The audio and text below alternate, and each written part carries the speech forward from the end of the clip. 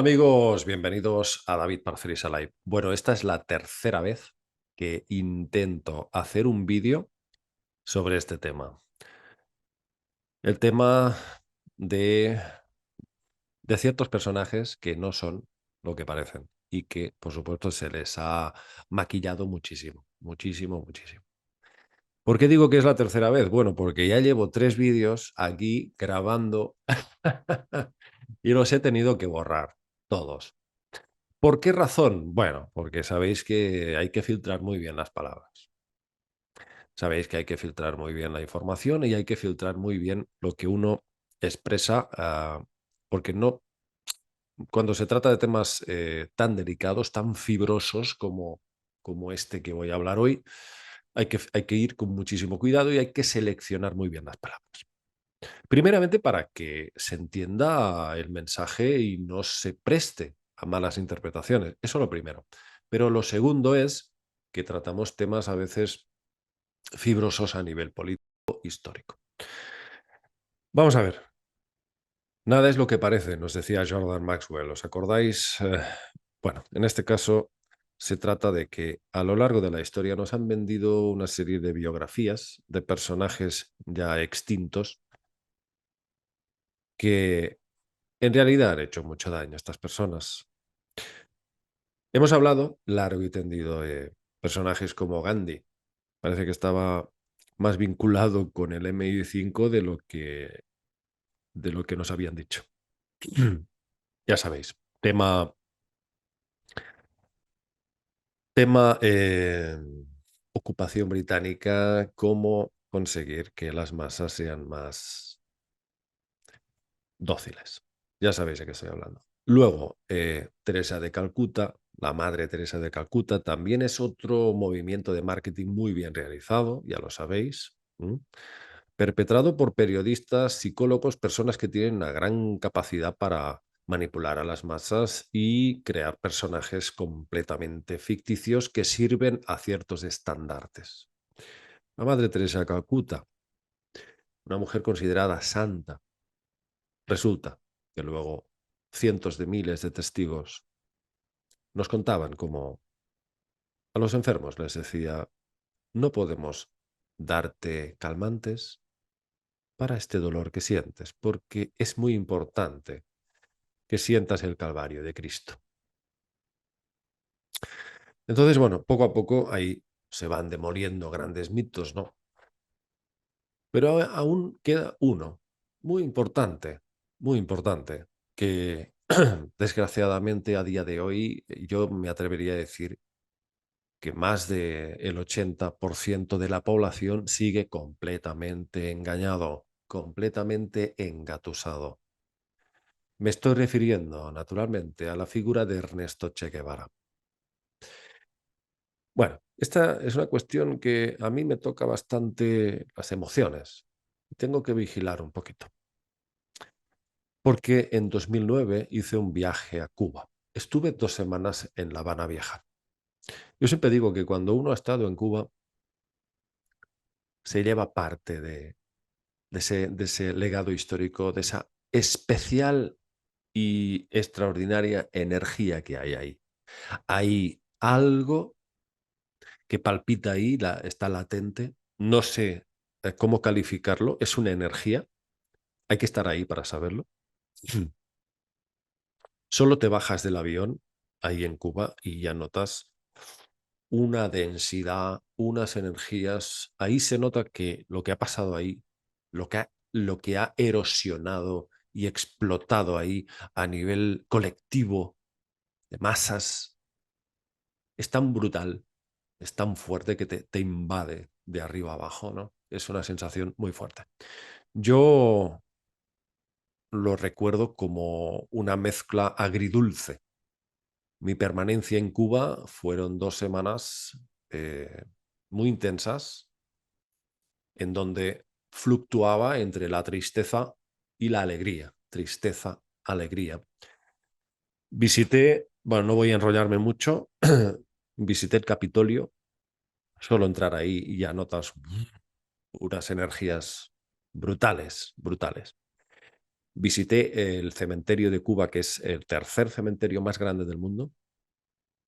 Estuve ahí con mi padre y recuerdo que nos quedamos los dos mirándonos así una hora, dando vueltas por todos los mausoleos, unas estatuas esculturales preciosas, de una magnitud arquitectónica que no he visto nunca.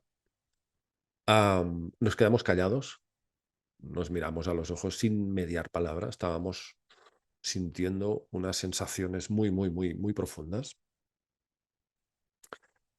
La experiencia para mí fue muy fuerte. Eh, si bien es cierto que Cuba es el lugar más lejano que he viajado, y eso también es, por supuesto, hay que tenerlo en cuenta. Pero ahí hay una historia muy, muy, muy, muy fuerte. Entonces, bueno, empecé a interesarme por el tema de la revolución, todo lo que sucedió con Fidel Castro y las guerrillas y el Che, bastante recientemente. Empecé a estudiar bastante a través de muchos y muchos documentales, ¿no? Y sobre todo la biografía del Che es quizás la que más me ha llamado la atención para poder entender qué es lo que había detrás de este personaje, que incluso se han hecho películas y todo, y muchísimos libros, ríos de tinta. Y sobre todo, y lo más grave de todo, es que aún hoy en día hay colectivos que se ponen en sus camisetas al Che recorriendo las calles de varios países del mundo, pues reivindicando los derechos, por ejemplo, de derechos LGTB, los gays, etcétera.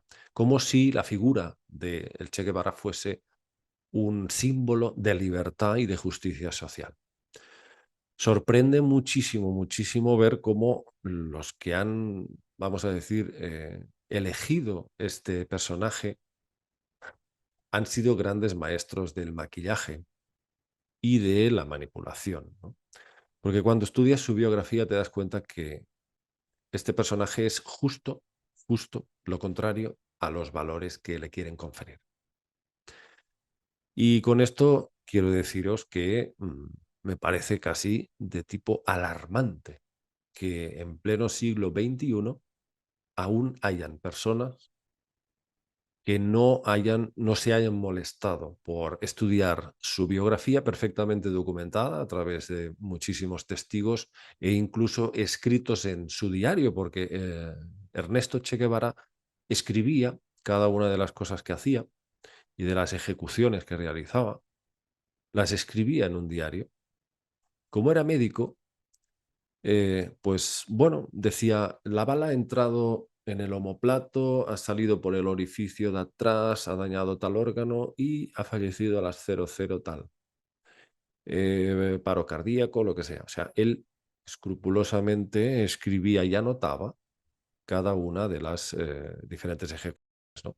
Él creó campos de concentración de trabajo para los homosexuales y para los indígenas. Él era un auténtico racista. Realmente era una persona que sentía un rechazo, casi diría ancestral, hacia las razas que no fuesen de raza blanca.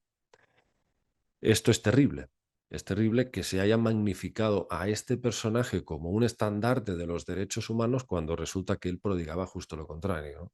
Luego vemos como, aparte de estas notas que él mismo escribía, los testigos de las guerrillas, ¿no?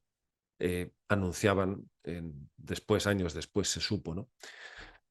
Él mismo se levantaba y ¡pam! ¿Vale? Vamos a decir así, cuidemos las palabras. Pero aquí lo fuerte del tema es que muchas veces sus propios hombres le llevaban a un hombre arrestado, un reo, y le decían, bueno, realmente se le tiene que hacer un juicio justo, señor don Ernesto, porque este señor no sabemos si es inocente o culpable. O sea, no sabemos de qué bando es, no queda claro. ¿Sabéis qué respondía el Che Guevara? Nada, nada, ante la duda, disparo. Y así lo hacía con todos. O sea, no había juicio, no se celebraban juicios. Terrible, terrible. Ya os digo, esto solo es la punta del iceberg, ¿no? Para los que no lo sepáis, esto que acabo de decir no es nada. O sea, esta persona funcionaba su mente con una falta de empatía absoluta y simplemente buscaba la confrontación. Es decir, él buscaba un pretexto político, o de cualquier índole para poder justificar su revolución. Pero es que no era la revolución de Cuba, porque una vez que se consigue culminar la revolución, sabéis que Fidel Castro alcanza el poder, se celebra pues un gran discurso el 1 de enero de 1959 y ahí el Che Guevara es nombrado ministro de Industria y posteriormente director del Banco Nacional de Cuba. Pero pésimo, mediocre para gestionar estas cuestiones económicas, finalmente se va desvinculando de Cuba y de Fidel Castro. ¿Por qué? Porque Fidel Castro está hasta los huevos de él. O sea, hay que decirlo así. Fidel Castro lo que quiere es quitárselo de encima debido a su radicalismo, a su... Ya no el comunismo, porque el comunismo, todos sabemos que la filosofía del Che Guevara era comunista, marxista y gran admirador de Stalin, y eso también, por supuesto, lo era, compartía esa misma filosofía comunista Fidel Castro. Pero hay que añadir a este tema que cuando hubo la crisis de los misiles, os acordaréis, a mediados de los 60, en donde a través de los rusos Fidel Castro pudo posicionar varios misiles, un centro de lanzamiento de misiles, apuntando directamente hacia Estados Unidos. ¿Sabéis lo que quería hacer el Che Guevara? Y por eso fue motivo de grandes discusiones con Castro. Quería que lo lanzara. Y le decía, hay que lanzar esos misiles contra Estados Unidos. ¿Por qué? Porque el Che quería una tercera guerra mundial. Esa era su máxima prioridad, que se liara gorda, porque ese era su cometido. Y él lo decía en su propio diario. Tengo sed de sangre. Es lo único que buscaba. Justificar todas estas ejecuciones. Pero es que luego, claro, ahí tuvieron una enganchada muy fuerte con Fidel Castro debido a esto, porque era absolutamente ingobernable ese hombre. Hasta que, bueno, se fue desvinculando de Cuba y se buscó otra revolución. Y se fue al Congo. Viajó al Congo y con una guerrilla intentó volver a otro golpe de Estado y a otra revolución, pero no le salió bien. Regresó con la cola entre patas y se fue a Bolivia. Y en Bolivia, junto a sus hombres, se cargan a 50 personas. Ahí cuando en una emboscada lo capturan. ¿Y sabéis lo que hace la CIA? La CIA le dice a las guerrillas bolivianas, lo queremos vivo, por favor, entregádnoslo, porque este va a cantar la traviata y necesitamos información de cómo funciona Fidel Castro, cómo funciona todas las interioridades de Cuba. No, nosotros no os lo vamos a entregar. Se ha cargado a 50 de los nuestros.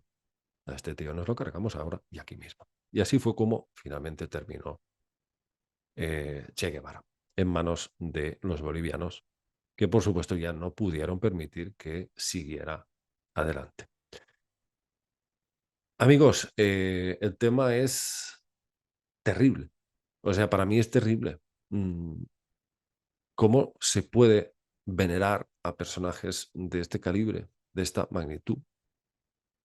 Hay personas que han dedicado su vida a escribir la biografía, a estudiar la vida del Che Guevara, y lo han dicho por activa y por pasiva, pero la gente sigue empeñada en crear una fantasía, en diseñar un personaje que jamás existió, porque es un personaje completamente ficticio, la imagen que esta gente está esbozando de él.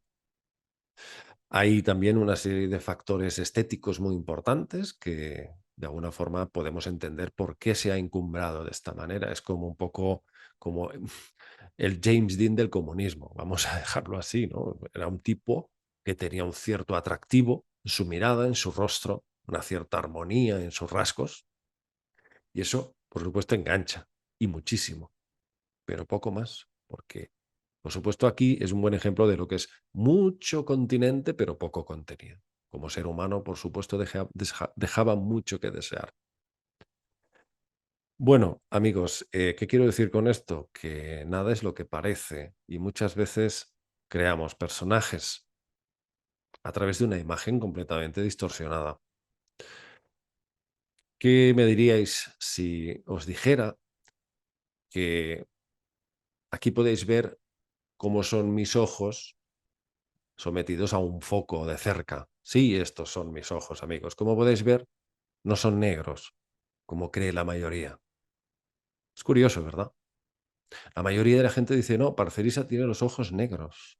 Y así lo dan por hecho, porque casi siempre se ven oscuros, ya que no hay o no consigo un foco suficientemente potente, aparte que me quemaría, por supuesto, los ojos si lo hiciera, ¿no? Pero como podéis ver, mis ojos no solo no son negros, sino que son entre un marrón verde. ¿Qué significa esto? Pues que damos las cosas muy por hecho, amigos. Nada es lo que parece y nos gusta mucho eh, navegar en la superficie de las cosas, pero no profundizar en ellas. Mm. Y en los personajes y en las biografías también sucede esto. Muchas veces vemos lo que queremos ver. Amigos, un abrazo para todos. Nos vemos. Chao.